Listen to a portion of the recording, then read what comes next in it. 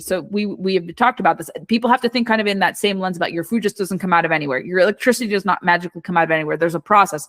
Same with the data center. So I think because there's a knowledge gap as to how these sources originate or why these things are. And again, the industry has to do a better job of explaining this. Like they could have us explain this. That's great. But they don't pay us enough to do this or pay us at all to do this. I'm kidding. I would still explain it even without a where's payment. my check? I would still do it gratis. Like I have no problem explaining things for free.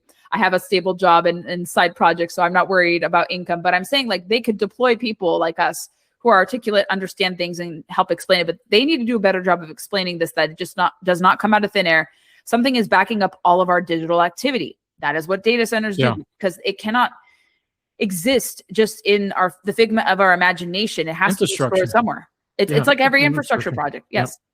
I want to end this here and I'll get you out of here on this one, but I really want to hit this point because you know me, I'm a conservationist. You know how much I love West Virginia and my mountains. If I could take 3 mountains in West Virginia and make them smoking pits of desolation for all eternity into the ground and get rid of all poverty, I would do it right now. No questions asked.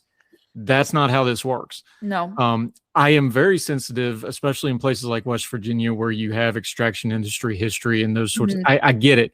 I know why people just reflexively like, well, what are we getting out of this? This is something else. We're not going to get any say. They've already, I know the Google deal came in. It was predetermined. So when they have the hearings, they're not going to stop anything. I get all that. At the same time, I think we need to figure out how to have a balance of you've got to include people in the process. Yes. But you also can't stop progress at the same time. These things are going to get built somewhere. Get your piece of it. Get what you can get out of it.